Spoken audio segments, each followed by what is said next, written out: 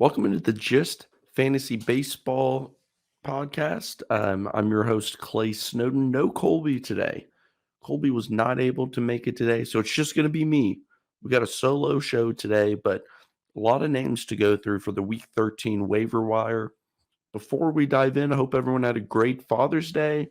We're going to get started today with some news and notes. Then we'll run through a bunch of different names today for your waiver wire considerations. But let's go ahead and dive into the news and notes. First thing, right off the bat, Wednesday, mark your calendars. We have a special game.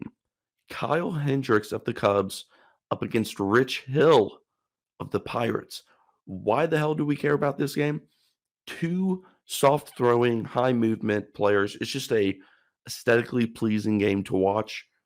You're going to see loopers just thrown in there, curveballs, and all kinds of stuff. I don't know, how many pitches will be over 90 miles per hour.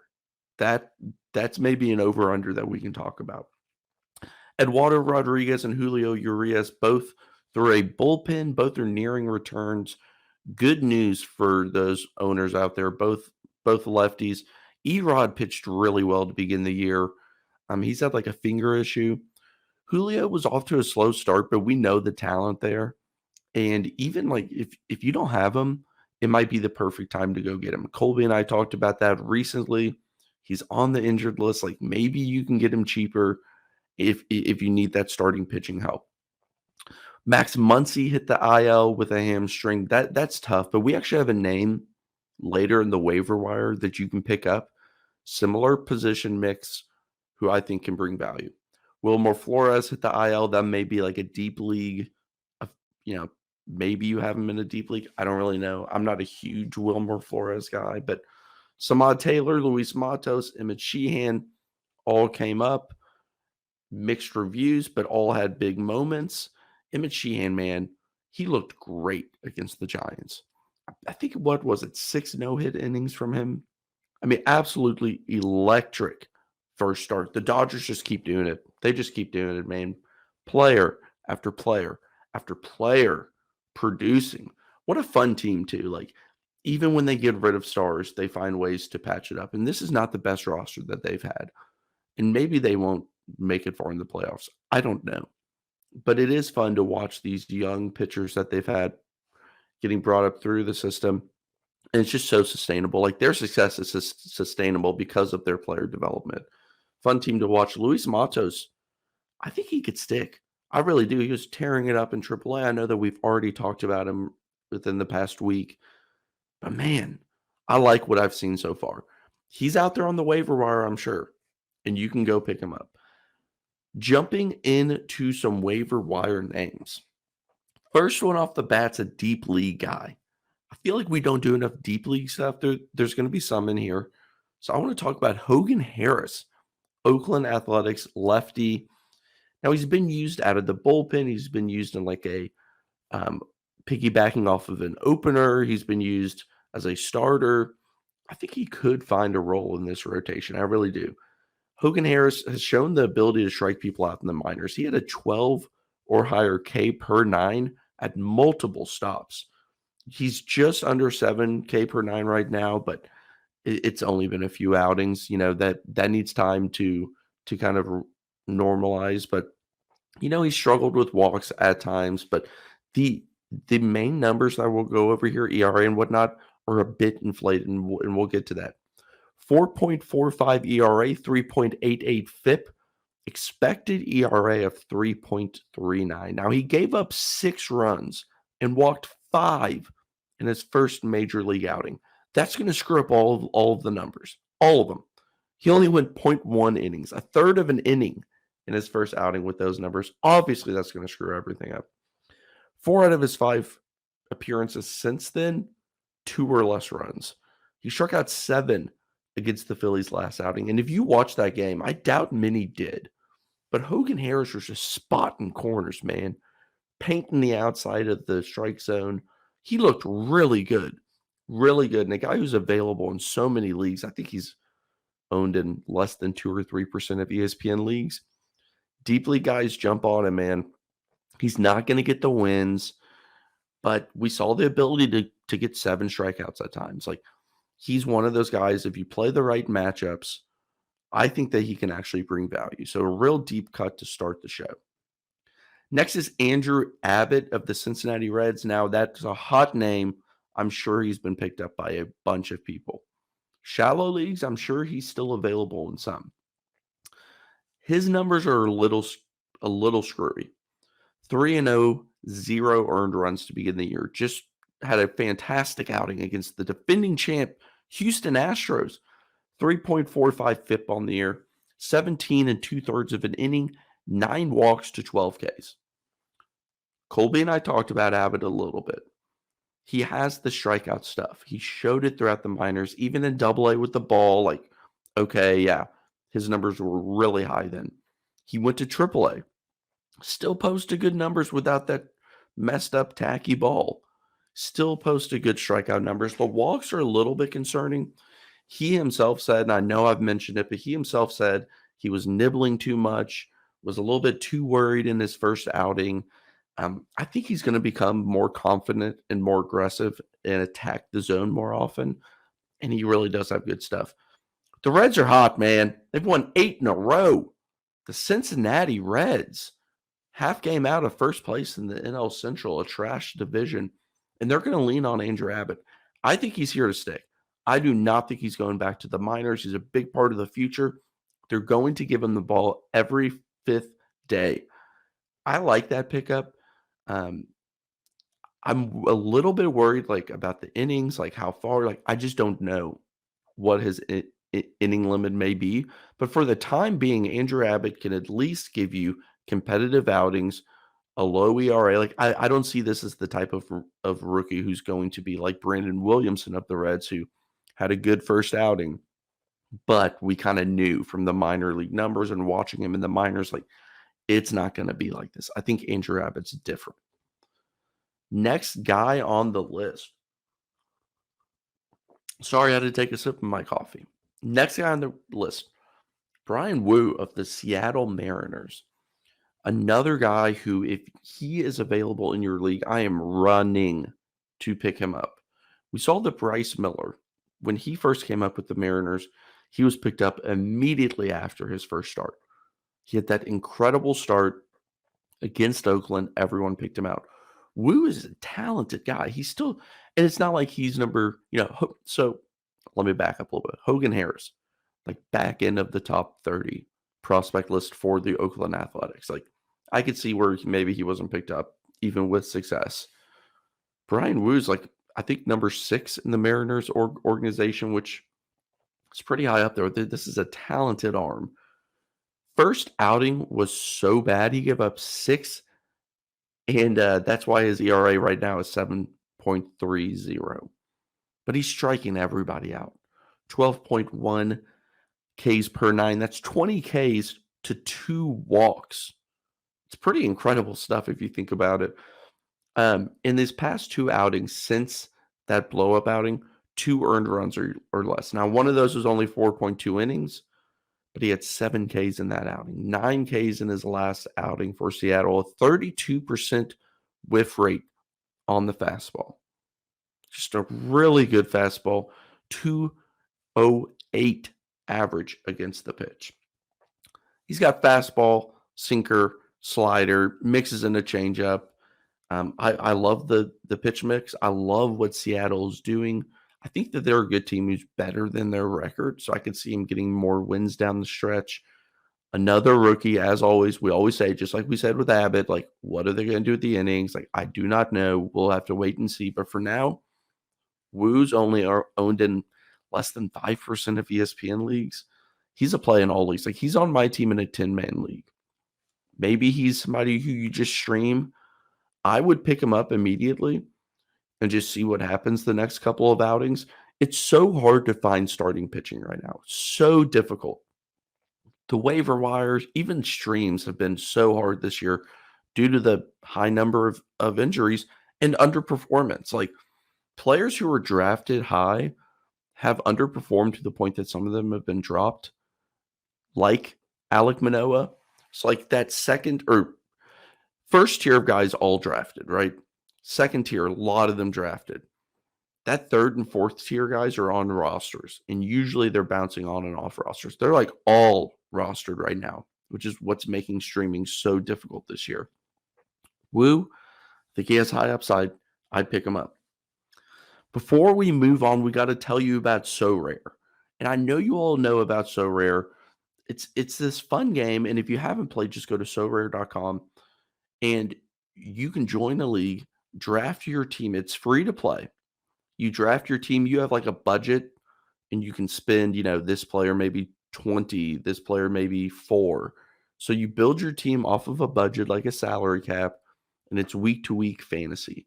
And if you rank in a certain, top 10 or top 30, whatever it may be, you get certain cards as a reward. Now you can also spend some money, buy some limited cards, buy that player that you really want, but your budget hasn't allowed it. So it's a fun game. Check it out at sorare.com. Jumping into the next name. Now, this is a guy who it's a funny player because we all kind of have an idea of what he is, and he seems like he's been around for 32 years, but hasn't really had an opportunity. That's Ryan O'Hearn. He's playing with Baltimore now, was with Kansas City forever. Ryan O'Hearn has been getting playing time because Ryan Mountcastle is out with vertigo. We don't know what that is going to entail, how long that will be. But O'Hearn's getting opportunities, and he's batting fourth. He's batting cleanup. In Baltimore's lineup, one of the better teams in the league. I love the run production opportunity right off the bat there. O'Hearn's always been a guy who's kind of a 4A player. Well, Baltimore brought him in. They brought Lewin Diaz in. Like, they brought in some guys because they needed to figure out first base, kind of a backup depth role. And he's earned that opportunity, and he's playing extremely, extremely well. Now, it's only been 90 plate appearances. 349, 389, 614 with 5 home runs. 5 home runs. We all know the power. That was his calling card forever. It's how much bat to ball, how much can he actually hit? Can he stay alive on an MLB roster, or is he a guy who always ends up getting DFA'd, sent down? It's looking pretty good so far. 11% barrel rate, 55% hard hit rate. Ryan O'Hearn is a guy I'm picking up now. Now that he's going to slump. He's going to slump at some point. But I don't really care. I'll ride the hot hand. He's getting a ton of playing time in an elite lineup in a spot that you want to run production from. I would pick him up, and he's somebody, if you had Ryan Mountcastle, that's the easy sub and sub out. If you had Vinny Pasquantino, who's now on the IL, and you're looking for a first baseman, Ryan O'Hearn could be that first baseman for you. Now, if you want to go someone different than O'Hearn and you need a first baseman, a guy I know we've talked about a lot, but we got to bring him up because I think he's turned a corner. That's Spencer Torkelson, Detroit Tigers first baseman. Past week, he's had 3 home runs, and he started to lift the ball. If you're watching his at-bats, all of a sudden, he's lifting the baseball. He's moving away from that 10 to 15 degree launch angle, which he lived in the first part of the year. And he's tapping into that 2020 plus launch angle. Huge, huge for him as a player. We know how great he was in college. I think he was rushed a little bit through the minors. Personal opinion, just what I think. Didn't really get enough at-bats to adjust. Last year, bumped up and down from the majors to the minors, finally finding his footing in Detroit. He's batting second a lot. As you know, we like players who bat in the top part of the lineup. Well, he's batting second. He's taking walks. His approach has looked better. It's not consistent, though. And that's where it bites you a little bit. He's been striking out, and I think he's going to strike out. I just think that's part of it. Like, you're going to get strikeouts. You're going to get walks. The question is, how many home runs will you get? It's tough to find first baseman on the waiver wire. And I think Torque's a pretty damn good one to get. I think a lot of his struggles also were just like him in his own head. Like 1-1 overall pick, struggling out the gate, had to go back to the minors. I think he's in a better space now. Like, that team, the Detroit Tigers, has been so incredibly injured that they've been awful. They're starting to get healthier. Matt Vierling's back and looking really good too. Riley Green will be back somewhat soon. Kerry Carpenter just got back. Like the lineup is improving, which should help his run production. I like Torque as a replacement right now for Vinny P. And anyone that owned Vinny P, you may just have to shuffle guys in and out until you find somebody who clicks. Next is Leody Tavares from the Texas Rangers. Man, this guy's been awesome. And there's a few factors here, and he may be picked up in your league, but he's still widely available. 136 WRC plus, slash line of 302, 357, 495. He's only striking out 18% of the time. Previous stops with the Rangers, this was a guy who was 25% plus strikeout rate. So he's improving. He's in a great lineup, another run production lineup. And I mean, if you watch the Rangers, that team is so freaking fun. They're just hitting everything to the gap or over the wall. They're scoring a bajillion runs, like a really fun lineup. Tavares was like a pretty big prospect and somebody who, during the time the Rangers have been bad the past couple of years, they brought him up. And I think, man, he was really young too. I think he's only 23 now. I think he was debuted when he was 20, 21, something in that range. And he struggled. But we saw at times last year. If you were watching near the end of the year, we saw flashes of this type of talent. Just a younger player who needed some time to get acclimated and needed the opportunity to play every time. He's batting lower in the lineup, which is actually okay in this situation because of how good the lineup is. A little bit of pressure off of him this year with other players that are uber talented around him. And he's excelling. He already has 8 home runs, which is a career high. It's June 19th. June 19th, he already has a career high in home runs, 7 stolen bases. So you can sprinkle in stolen bases, power, average. What else can you ask from a fantasy option who's just sitting on the waiver wire? Last player today, Brendan Donovan, St. Louis Cardinals.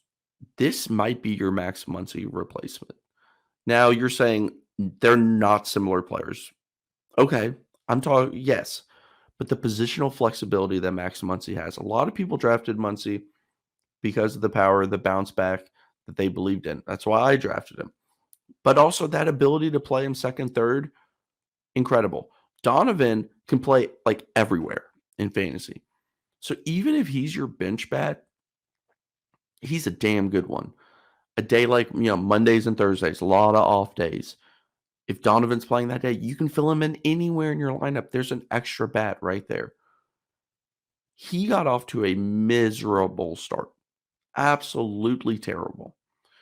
In the last month, he's slashing 306, 410, 459, 3 home runs, 12 walks to 10 strikeouts. Always been a guy who really has a great approach and has been able to draw walks. Points league, important. On base percentage league, important. WRC plus up to 108. Keep in mind the struggles in the beginning of the year. Last year, he slashed 281, 394, 379. He already has more home runs this season than he did last year.